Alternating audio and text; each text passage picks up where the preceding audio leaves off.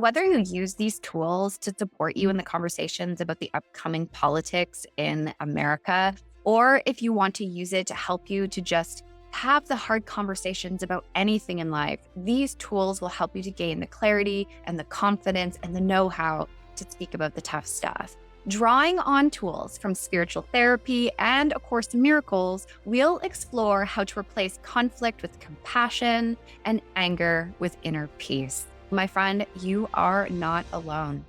This approach that I will share with you today will not only empower you with the confidence in how to communicate about hard things, but it will teach you how to keep the peace in the times where others may be losing their minds. The teachings today are not going to bypass the hard conversations, but help you to have them so that we can be a positive influence in the lives of our friends and family, and ultimately our world. You must have clicked on this video because you too are struggling with the political conversations, and you are wondering how to find the loving way to communicate, even though you may disagree with the other. I've put this together in a way that is simple for you, digestible for you, relatable for you, practical for you. I've even put together a summary of the tools and the teachings that we've brought together today, and I've put it down below in the pinned comment. Go ahead and check it out, download it for free. It's there to help you as a resource that you can turn to in a time of need. So my friends, if this is speaking to you today, then you are exactly where you are supposed to be. I am Britney Shawley, and I am founder of Miracles Mind Ministry. And this is a place where we learn to transform our thinking from fear to love, and from pain to joy through the application of A Course in Miracles. I'm so grateful to have the chance to apply these potent and powerful teachings to politics.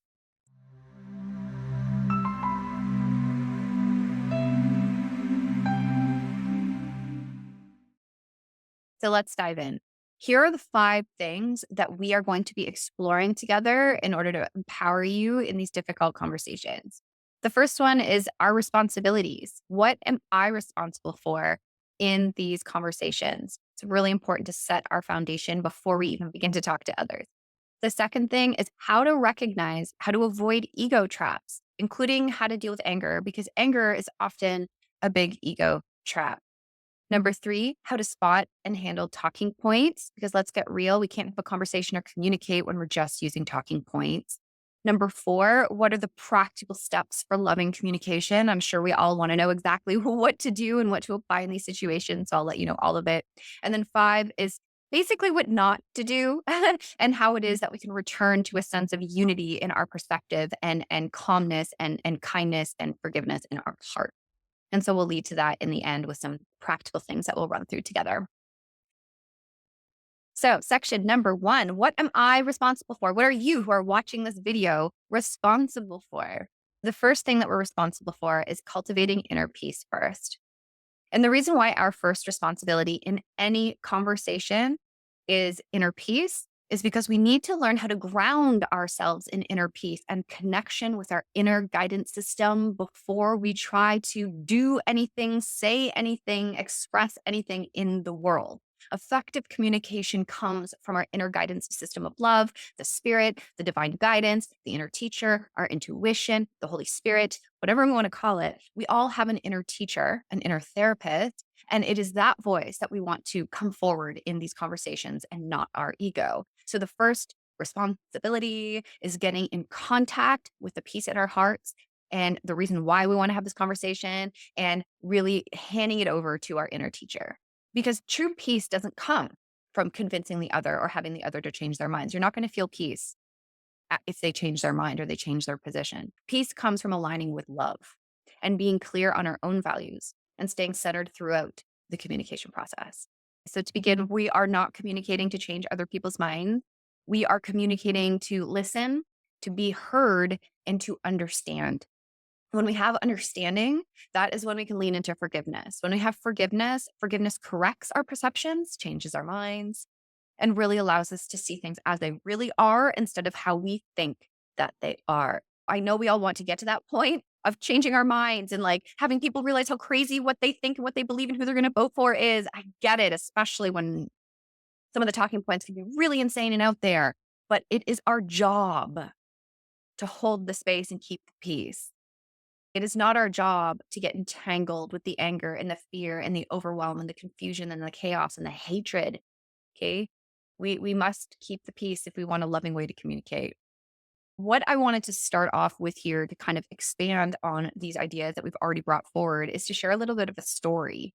It just so happens that I had an experience recently that has helped me to know that this is a topic I'm going to speak on. And then it helped me in my Course in Miracles study group when you beautiful souls who join with me every Tuesday brought up these questions for me to really be inspired to unpack because I had just gone through it. I wanted to share my story because I am Canadian, so I don't actually have a vote that counts in America, but I care deeply about the American people. I grew up in America for 3 years when I was a kid. My dad is American. I have so many family in America, and I believe that the decisions that happen in America affect the world. Having these conversations, no matter where you are in the world, is really, really important. I had the opportunity to have these conversations this week, and it was when my dad came over to visit. Normally, when he visits or we visit him, we see him and his wife, and he sees us and my family as there's a big kind of gathering that happens, right? Whereas this time, 2 times within 2 weeks, I got to see my dad one on one. That just really doesn't ever happen. And the last time we had conversations about politics, I realized how different we were in our perspectives, and I was unwilling to try and change his mind. It was just kind of enlightening to know where he stood, even though I didn't agree at all.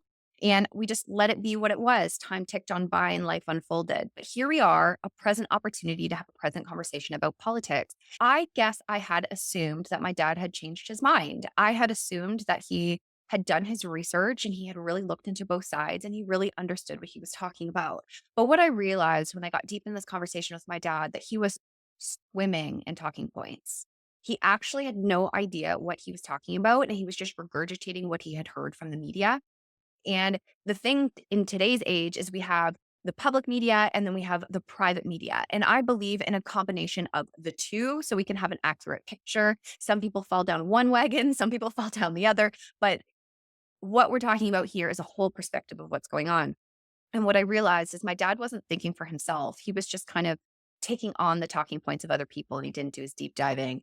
So it got to a point where he had said some things and he wasn't listening to what I was saying, where he was getting angry and angrier and more upset. And I found myself to be triggered myself. I got upset too. And I started to almost take it personally that this is the position that he had. And it got to the point where I said some things that were not very nice. And one of the things that I said was that I felt he was brainwashed. And that is not kind and that's not loving and that's not good communication. And what came of that afterwards is a wall that he put up, a defense that he put up, more anger that he put up. And he actually continued to think that he's right. Because what I've realized in that experience is logic can't unlodge logic. I can't talk somebody out of their position. It is emotion that drives our decisions. It's emotion that drives our thinking. And so we actually have to get at the heart of emotion if we're going to help shift anything at all. So I made the first error. I'm trying to talk my way out of it instead of feel my way into it and hold that container in space for him to express himself without judgment. I was judging him and I got upset. So my dad left. We didn't have the best outcome. But then what happened is a week and a half later, I had reached out to him by text and I apologized for saying that he was brainwashed.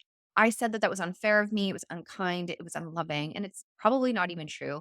And then my dad said that he was sorry for the way that he spoke to me. And he was curious about some of my research that I'd done. And because I was prepared and because I wasn't coming from talking points and I was coming from a deep seated research and understanding of what's going on, as well as psychology and what's going on, I shared those research notes with my dad. And I had no idea if he watched it or not. I didn't check up on him. That's not my job. But what ended up happening is when we did connect the week or two later, he had gone through what I had sent him and he had more of a whole perspective instead of just talking points. And when I was able to communicate with my dad that day, what came out was him acknowledging from within talking about a third party person who got stuck in the rabbit hole and kept having their beliefs confirmed, this confirmation bias idea where you get stuck in the wormhole, where you do your research, just constantly gives you everything you're looking at. Instead of having a whole perspective and seeing the whole picture and seeing both sides and seeing actually behind the talking points, people get stuck on the talking points. And when you find talking points that you think relate to you, you just get all of that on your social media. So my dad had witnessed to him getting sucked down the rabbit hole. And he's like, yeah, I realized that that's what happened to me. I was like, well, that's amazing awareness, dad. Like that's even like a humble admittance of, maybe misstepping. And I think that that is a big part of what can lead us to true communication is when people on both sides admit that they've made a mistake, that people on both sides admit that maybe they were wrong about some things. So many people are so afraid of being wrong that they will do everything they can to defend being right, even if they're not right. So we can't get angry at them defending being right. We have to find compassion for that, understanding for that. And if you're not able to correct things in the moment, you can correct it after. Simply just do your best to having a loving conversation. And now going forward, you can apply the tools that I have here for you. That when I was in the moment of the situation, my dad, the first time, I forgot about my tools because I didn't think I needed them. I didn't prepare myself for them ahead of time. Whereas the second time I knew that I needed them, I prepared myself for them, applied the tools, and it was miracles and peace and connection and healing with my dad versus upset and miscommunication and uncertainty and just feeling hurt by the end of it. There was a total shift and transformation that happened when I aligned my own thinking and my own heart instead of into peace instead of trying to be right. This is something that I believe we all kind of lean into and experience, and it might be on varying like degrees. Like you might have someone that's open and willing to change their mind, but you also might have someone who is like a direct authoritative person who's screaming down your neck telling you that what they think is true. We want these tools to apply to all spectrums and to really lean into supporting ourselves and keeping ourselves safe during these discussions. One other note that I want to make here in regards to what we're responsible for is that we are responsible for having peaceful communication, which I've already noted, but combined with critical thinking. Okay. We are responsible for the research so we can do critical thinking and the inner works that we can have the peace. So it's both. It's a both and. Okay. When I spotted the talking points in my dad, I called him out on it, maybe not in the best way, but that is what we were asked to do is call them out on it. Okay, but do so in a loving way. And I'll show you how to do that below. But before we can help them out in a loving way, we have to cultivate peace. Here are 3 ways that we can cultivate peace. First one is to decide for your intention. Before you begin the conversation, what is the intention? That's what I didn't do the first time. I didn't set my intention. I just was like, "Da, da, da," and it just unfolded. Whereas the second time, I set my intention literally on the way. I'm driving there and I'm talking to Jesus. And I'm literally like, please let my experience with my dad be one that's centered in peace and is the energy of grace and love exchanged between the two of us. Please help me have compassion for my dad, understanding for my dad, and remember that like I love him and I respect him and he's a wise, beautiful soul. And I do not need to project my fears or my wanting to change anything onto him. I do not have to change his mind. I do not have to fix him. I do not have to save him. Right. So I went through this whole process of setting my intention of reminding myself of what I'm doing and what I'm talking about and what I'm here for. So that is so important, is setting your intention before you begin. But then kind of like me, if you forget and you get wrapped up in the conversation, that's okay. You can always go backwards after and reaffirm your intention, say you're sorry, claim responsibility for your mistakes, and start communicating again. The second thing here, though, to keep the peace is to recognize filters because it's our worldview, it's our filters that we are looking through onto the world. I talk to you guys about this all the time at this channel that when we are young, we build up a model of the world. When we are young, we ask questions to our parents, to our schools, to our religions, to our environments. What does that mean? What is this? Oh, what is that? And all of our questions get answered by the world. And we start to draw conclusions based on the things we see and that we observe. And these conclusions and these beliefs and these thoughts literally become a filter with which we look on the world. So, what we hold in our mind as the filter, whether it's love or whether it's fear, is going to send out messengers into the world. It's going to latch on to what it finds like a magnet and it's going to bring it back to us. If you have a filter when it comes to politics that's grounded in fear, you're going to see fear and it's going to be confirmed to you. And a lot of the time, that fear might be confirmed as a good thing because it's seen as safety and it's seen as comfortable. It's seen as normal for you if that's what you experience. But then the same thing happens with love. If love is a filter that you hold, it's going to go out, it's going to find that love, and it's going to confirm it to you so that what is confirmed is a sense of unity and closeness and connection and harmony and shared oneness, right? And shared purpose. And so it's whatever we hold in our mind is going to go out and it's going to see something different. So we have to remember that with the people that we're talking to. So instead of judging them for the filter that we have, get curious. Get curious about things. I wonder why you think that way. I wonder why you look at it that way. Can you tell me more about that? Right. So we start to get curious about someone instead of judging them because we now are aware that they have a different filter than us. But my filter doesn't necessarily have to be the right one and yours be the wrong one. Why can't it just be a filter? And then we get to the point of sifting and sorting between what is real and what is not, right? What is true and what is not. We can sift and sort from a place of curiosity, but we can't sift and sort when we're judging. We've condemned when we've judged. We've said no thank you when we've judged. And we'll talk more about judging in a minute because that's also important to understand. So the last thing here is for us to realize that we can choose loving words when we communicate with someone. We don't have to belittle them. We don't have to put them down. We do not have to say mean things. I didn't even want to say he was brainwashed because in some respects, even though I might be able to justify that that's true, it's not kind and it's not loving. So like, I don't want to do that. Right. And so we have to realize that there's a line with how it is that we communicate to others, and putting each other down is not going to solve anything. So we have to remember who we're talking to. Am I talking to the person that has the egoic filter, who's confused and scared and knows not what they're doing? Or am I going to talk to the soul, the light, the being that is behind that fear that I know is there in everyone? Because let's get real, God created life, and anything that is life is of God, and what is of God is love, and therefore we are too. So we're going to look for that love in the person behind the fear, and that's what we're going to call out. So if that becomes what we look for, we send out messages to that love to confirm it, which will come back to us, even if the fear is here in front of it, kind of being loud and a little bit obnoxious, right? Probably, yes, loud and obnoxious is what I'm going to stay with.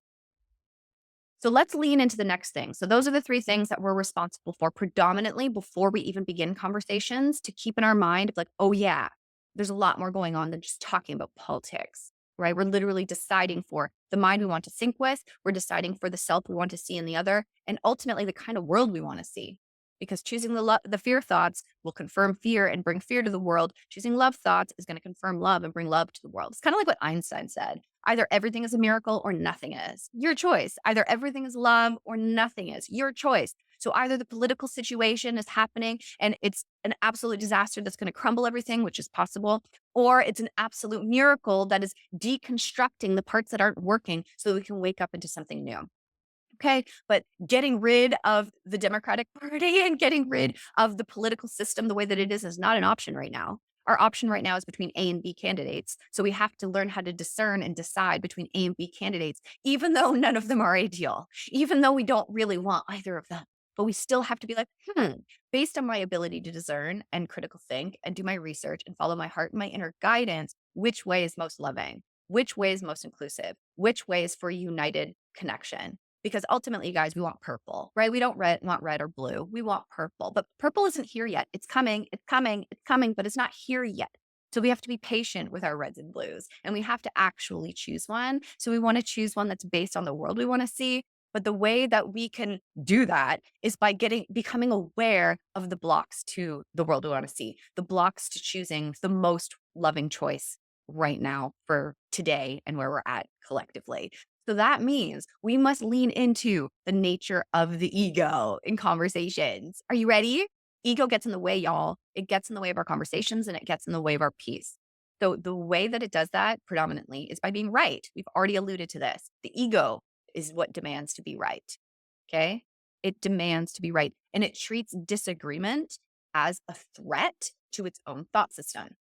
That's why people will often put up walls and defenses and blocks and attacks and just like big scariness, right? Because they're trying to defend what they're perceiving as a threat on their own thought system. It's actually very innocent and they know not what they're doing. That's why Jesus can stand up there on the cross and be like, forgive them for they know not what they do, because he knows that they're blinded by this filter that we've put before the love.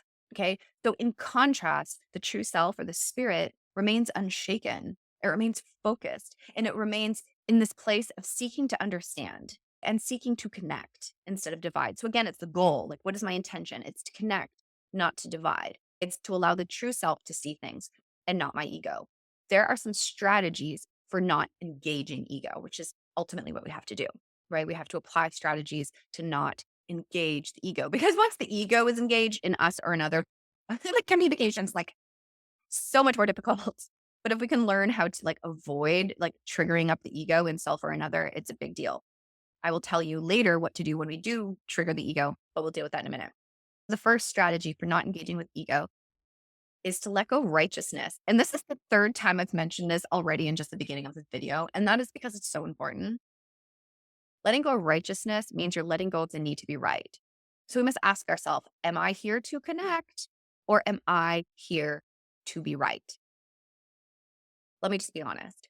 If we're constantly defending being right or being the best or knowing the most or knowing all, you can guarantee that you've now blocked out the true voice of reason and wisdom. Much like what Socrates says when he says, those who know they don't know.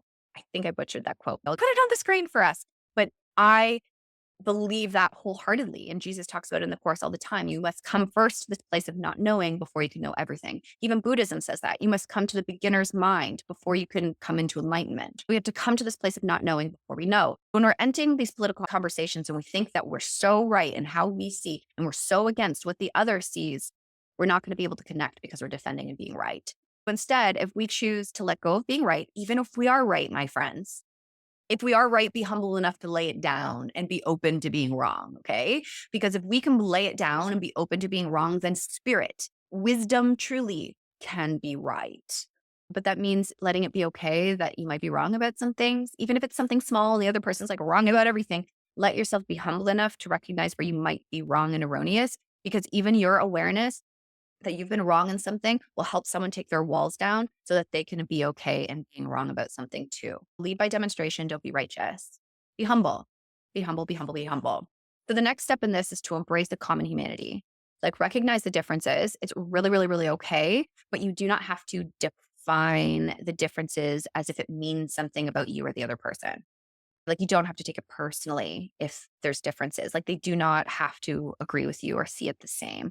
And I realized this actually the other day when I was eating dinner with Tom and like I made tacos. And for me, I make a big giant taco bowl and I've got all of this extra like pickled onions and like pickled jalapenos. I'm like, oh my God, Tom, this is so good. You got to try it. And Tom's sitting there with his big burrito tacos or whatever, like eating his big stuff going, I don't want that. That's gross.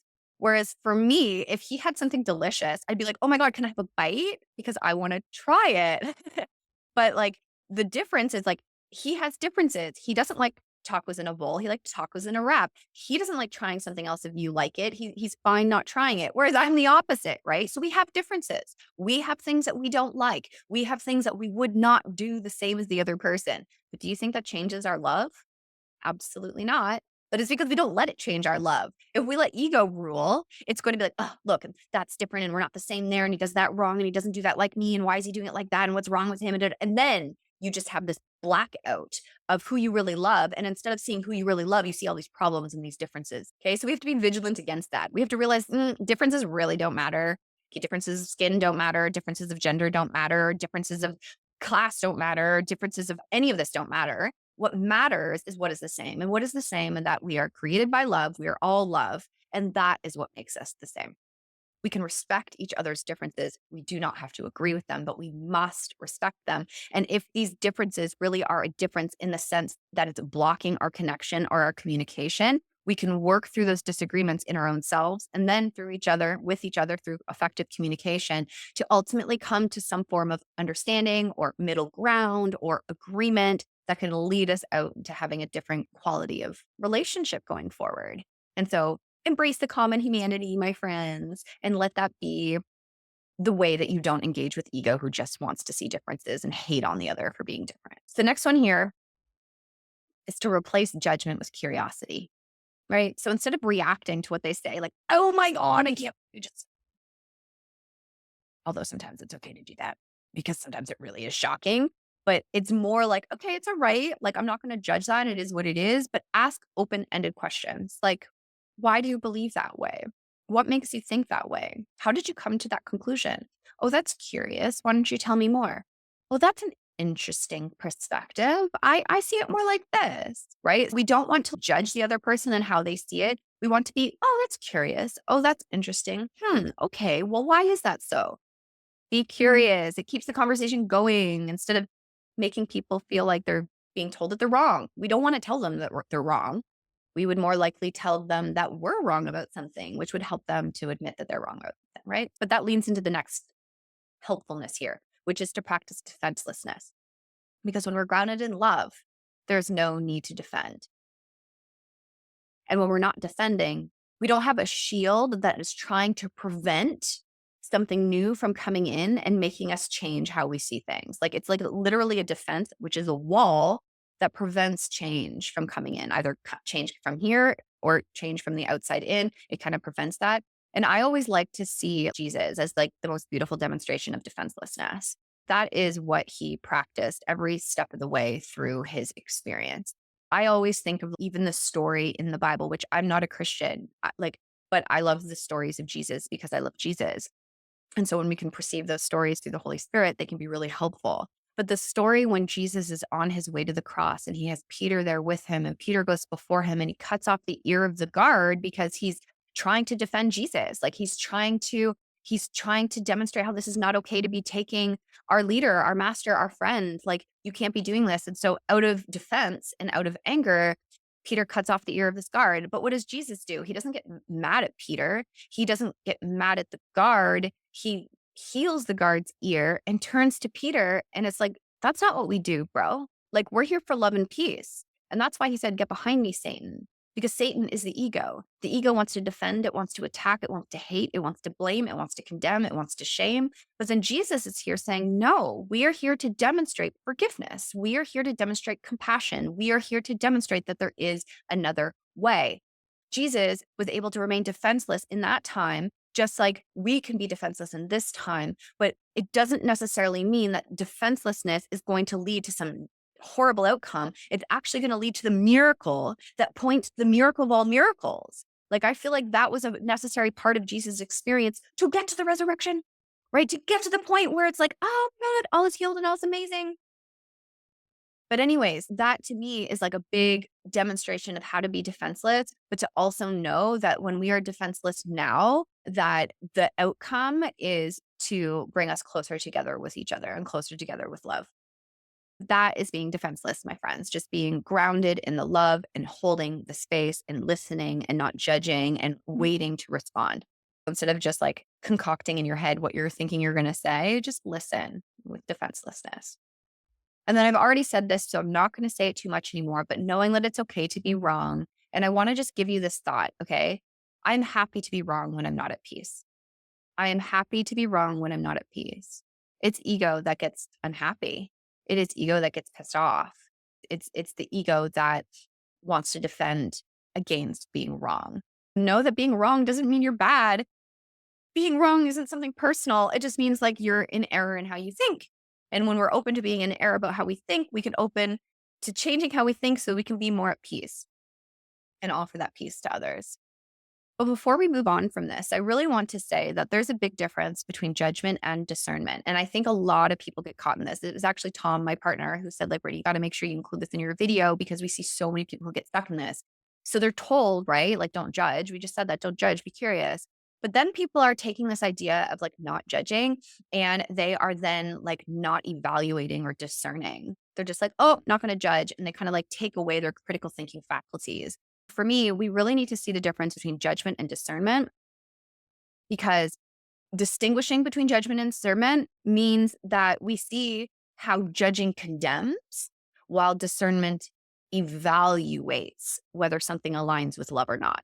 What people say points to what they're thinking, and it's our responsibility to examine our leaders, especially our political leaders, through the lens of love and evaluate, not to judge, but to make informed choices that are rooted in love, not fear. We need to evaluate, okay, this is what they're saying. This is what's spitting out of their mouth. These are their actions. This is what they're demonstrating to me. Would those thoughts and would those actions lead back to fear or lead back to love?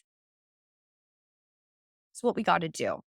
And we can't just be like, oh yeah, this person just spit all of these thoughts out of their mouth. They don't have a filter. They just put it out. And that's so good. That's being honest. That's not being honest. Letting your ego have a heyday and just spew mean things to others about others, like use just talking points to make themselves sound better and look better, but not actually getting to the deep root of what's going on. It's mirrors. It's smoke and mirrors. Okay. It's not actually communicating. It's not actually conversing. And so we need to look at what people say, and we need to look at their actions and their demonstrations in their lives and ask, would that be coming from fear or love? We really need to do that because that's how we're going to evaluate things correctly. Just letting our ego spew junk all out and not censor themselves doesn't actually mean that that's loving communication. We don't need to censor ourselves, but we do need to discern between love and fear in ourselves. And just like I did with my dad when I didn't censor myself and I let out me saying that he's brainwashed, like that didn't help him. And that didn't help me. What helped was me saying, I'm sorry for judging you. Really, it's probably the fact that you just don't know. You just haven't seen what I've seen. That's it. It's an I don't know thing. And then comes innocence. And what happened when I took my wall down? My dad asked for some resources so that he can help to change his mind. And I was able to share them with him. Okay. The point about this is we're not just supposed to let people have their talking points and it be okay. We're not supposed to use talking points as an opportunity to judge or condemn, but we are supposed to discern between what is loving and not, both in ourselves and in others, and evaluate accordingly. We need to really look at the quality of leader that's at the top of each country, each city, each community, because those leaders are who everybody else is going to follow in line with. So I ask, is that a person that I would want my daughter to spend the day with to learn from? Is it? Right? That's a lot of how you will know if like people are in a loving space or not, if there's a trust factor there. So with all of this being said, when these conversations happen, a lot of time we will get triggered. I was triggered. And you might say things that you don't mean, but there are some tools that we can use to apply when we feel like we're getting triggered or we feel like we are going to say or have said something that we don't mean. And this is a mindful tip. So it's what we can do when our ego gets triggered. And it's a breath exercise. You've probably heard of this. You've probably seen it. Maybe you practice it already, but it's a 4-6 count. The way that I do it, if you want to practice it with me, is I inhale for a count of 4 and I exhale for a count of 6. And if you focus on just breathing, 4, 6, you will notice that your nervous system settles down. You will notice that your parasympathetic system turns on, which means you feel a little bit more calm, you feel a little bit more relaxed. It gives you the opportunity to gather your thinking again, to be positioned more inwardly. And your breathing can really, really help you come back to this present moment because this present moment is where the peace is. It's where the spirit is. It's where your wisdom is. And so turning to breath can really, really help. Now we're going to lean into how to spot and handle talking points. This is a really big one because talking points are not communicating. It's not a conversation. We actually will hide behind talking points a lot and just regurgitate what we heard. That doesn't help. One of the things that makes us know it's a talking point is its repetitive language. Listen for phrases that are repeated frequently in the media or by political figures. I'm just going to throw these out. You'll obviously know who these are coming from. But the repetitive language is like drain the swamp, build the wall, crooked Hillary. It's honestly like a form of hypnosis when people do that because it's just like a word that's thrown out there instead of getting to the details and the meaning and the context behind it. It's just a word. That word triggers emotion in people. And when they're emotionally triggered, you've got them hooked. Doesn't matter if it's a good emotional trigger or a bad emotional trigger. Either way, you're going to hook people. And that's why it's so much easier to kind of put a blind eye over, like pull the shield over people's eyes so that they can't see anymore and they'll just blindly follow other people. It's because of talking points like this. It's classic manipulation tactics.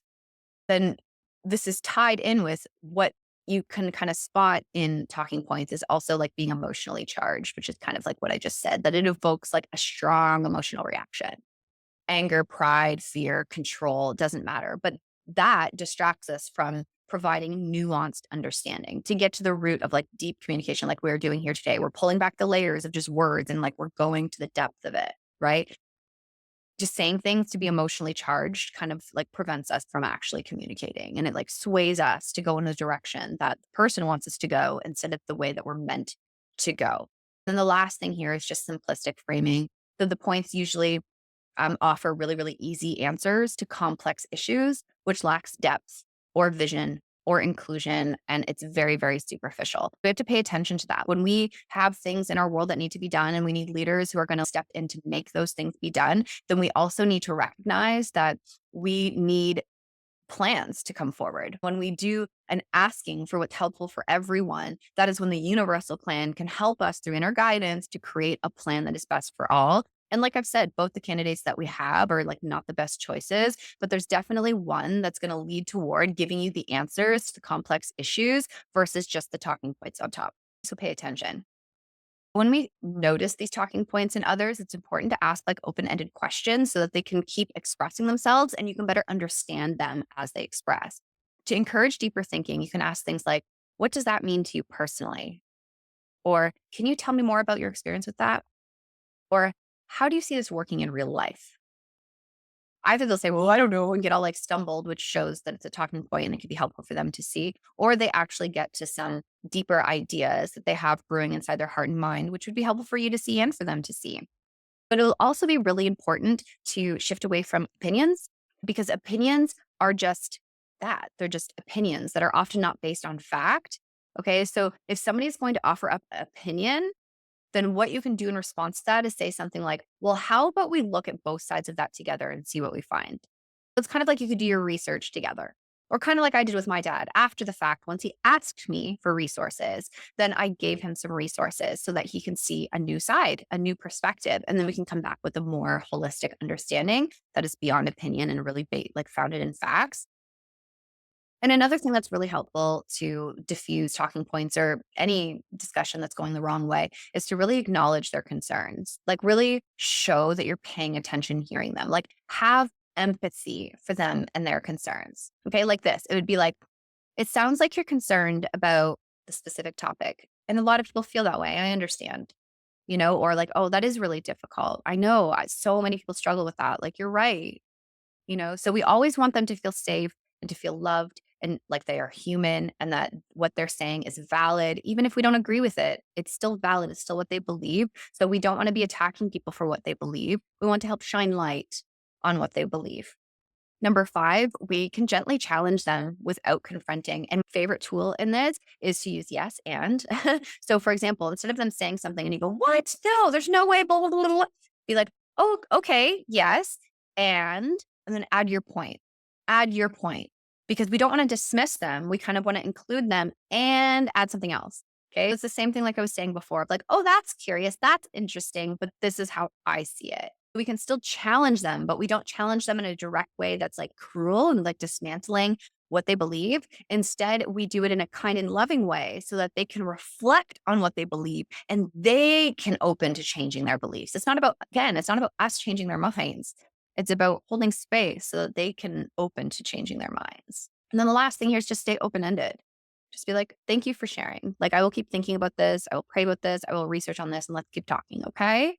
So we don't want to close doors to anything. Like, even with my dad, like, it got to a point where like, okay, we're done. We can't communicate anymore. There's no meeting place. We said goodbye, but I didn't close my door to him. I didn't close my heart to him. I reached out to him like the next day to make sure that we kept that open communication.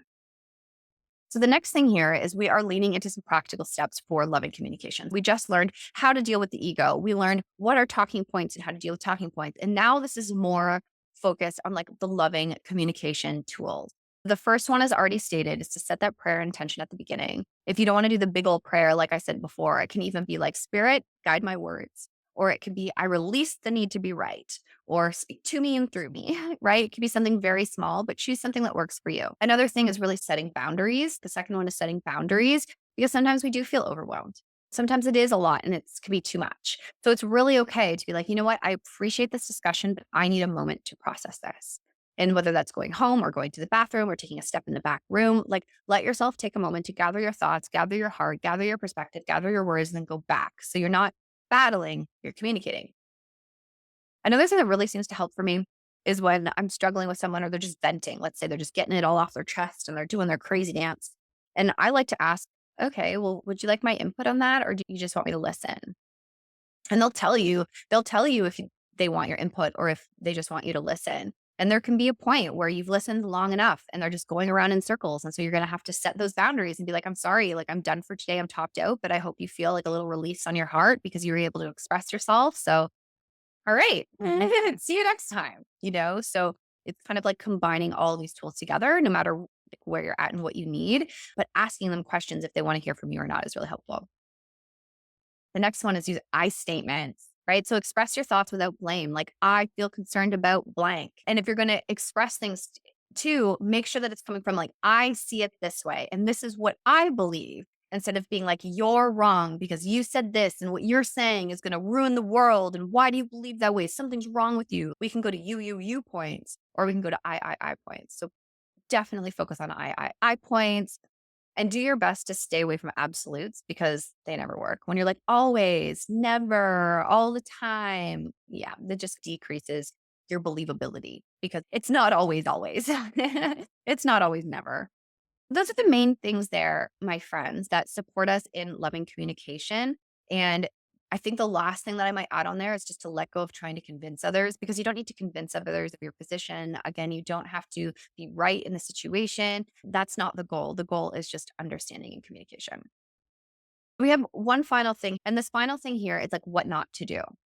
Okay, so there are a few things of what not to do, and we've discussed them in the context of the ego, but I'm going to just go a little bit deeper. So now we're going to lean into section 5, what not to do. And I'll just give you a few simple things of what not to do. We've talked a lot about some things of what not to do, but these might help as well. The first one is to avoid reactivity. So it's that idea of, when someone is having a conversation with you, and while they're talking, you're like forming your response in your mind. Like, don't do that. We don't need to react to what they're saying in the moment. Listen fully. And then when they're done, you can respond fully. And what I've realized is that if I keep my mind still and I keep my mind listening to what the other person is saying, I'm paying attention, I'm taking it in. And then when they're done, spirit will take what they've just said and give me something that I'm passionate about, something that like really grabbed my attention. And I start in that direction. And then all the communication unfolds from there. So you don't need to be like planning in your head. Just listen. Active listening is like one of the greatest things that we can do as a tool in communication, especially when we're not fully agreeing with each other. Just listen and listen deeper than you've ever listened before. And then again, they feel heard and they feel validated. And then we're able to move on to better and better discussions. Another one, which you probably know, is like don't interrupt, right? Like don't interrupt. Like you don't have to intersect your point just because you disagree with their point, right? Let them finish. And what would be helpful is a talking stick. My dad and I even actually said that at the end of our first conversation. We're like, we could have really used a talking stick in this conversation, right? But it's back to being prepared ahead of time because we had no idea that we were going to end up in that conversation. And a lot of times we don't know we're going to end up in that conversation. But if you know that you kind of differ with someone on it, kind of like expect that it might come and prepare yourself regardless. We've already talked about it. Don't call people names and use derogatory language. Like, why? Don't do that. We're adults, right? We don't need to talk to people like that. We don't need leaders who talk like that either. So, like, let's just get real. What do we want to teach to our kids?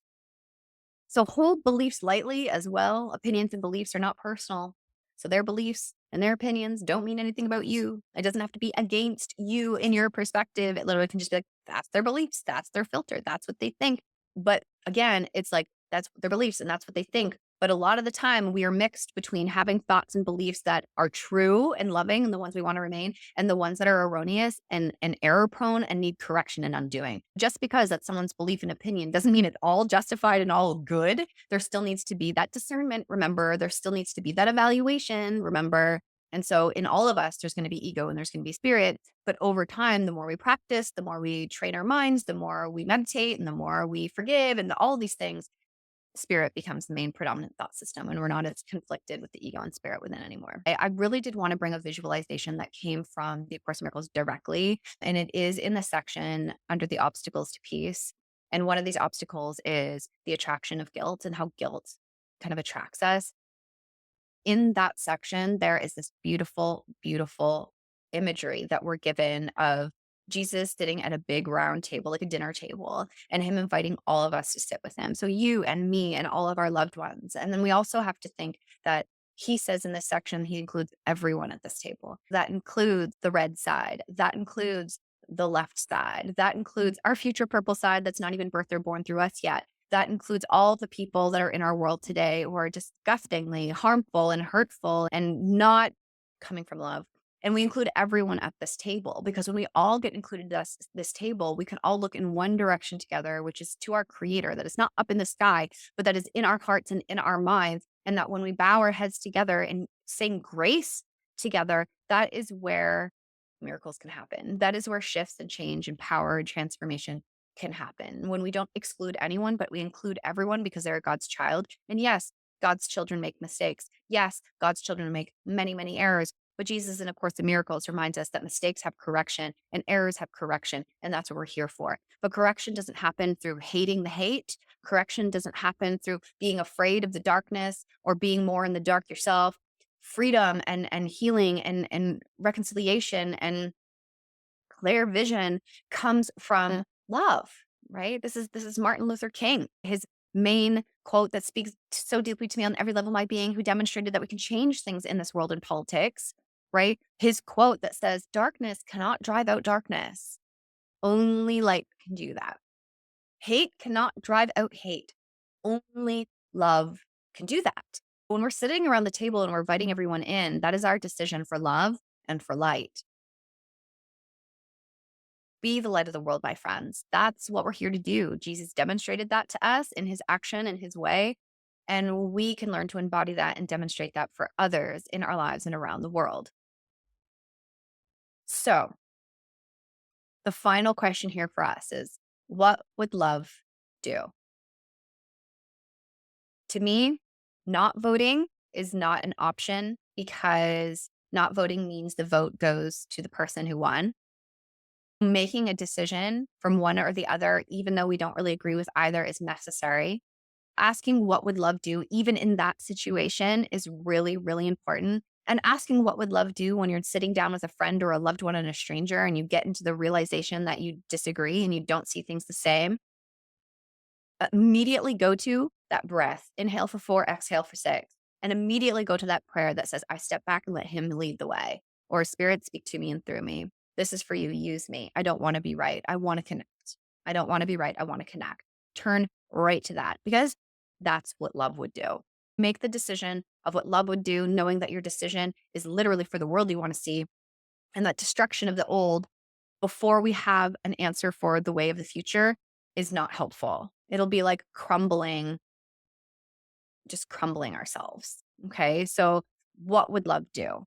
And I want us to hold the vision of what we want to come from this political campaign, what we want to come from having conversations about politics. What do we want to come from the world? What do we want to see in the world? Let yourself immerse yourself in the vision of goodness. Let yourself immerse yourself in the vision of the highest thought about ourselves, about our politics, about the world. Let's aim high. Let's go high. These and greater things shall we do. We are here to bless the world with peace, love, and miracles. And we do so when we use every single interaction in our life to choose love. To choose love. Thank you for practicing everything that was offered you here today in your next conversations with people. As I said at the top, I have links to resources that are below in the comments and in the caption for you to use and be blessed by. I really hope that you pick up the shield of peace, love, and kindness today and allow that to be what deflects any of the hatred or the attack, to know that you are safe in this love and peace. You are protected in this love and peace, and it is love and peace that is eternally real. And we are learning how to bring that which is eternally real to this time-space continuum that is very temporary for us. But it means something to all of us because we've all decided to be part of this together. So making every decision with love is what is going to change the world. Thank you for doing your part. Thank you for being responsible in your mind. Thank you for understanding the difference between ego and spirit in your relationships. Thank you for choosing love and spirit in your relationships. And together, we can create a more peaceful and understanding world, one conversation at a time. I love you, my friends. I'm so grateful you are here. Reach out to me in the comments anytime. I love you. I'm here for you to support you every step of the way.